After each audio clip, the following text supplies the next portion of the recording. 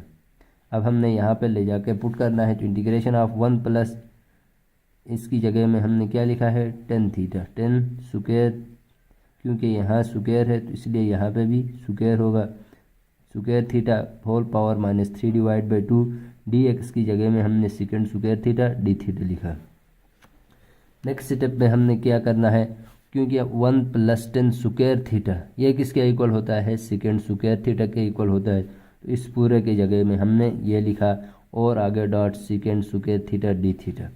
अब ये स्क्वायर और ये डिवाइड बाई जो 2 है ये दोनों कैंसिल हो जाएंगे, तो इनटू इसका जो है ना पावर क्या रहेगा फिर -3, और ये क्या हो गया, स्क्वायर हो गया, सेकेंड स्क्वायर थीटा, ये तो एज इट इज़ रहेगा ना आगे, बाकी जो है ना इधर जो है -3 पावर पे -3 रहेगा, क्योंकि ये एक स्क्वायर और ये स्क्वायर कैंसिल हो गए।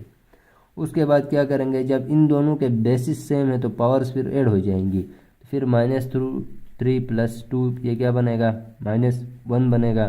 तो मैंने नेक्स्ट स्टेप पे यही किया है कि integration of second into whole power -1 d theta.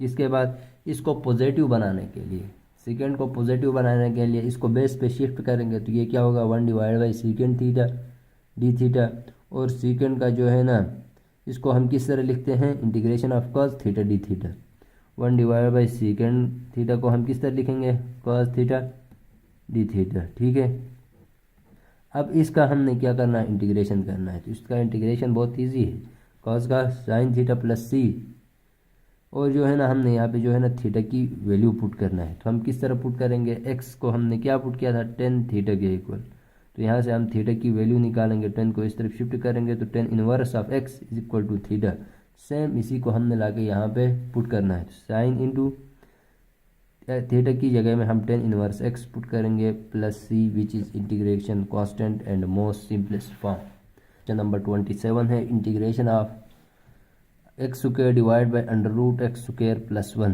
dx।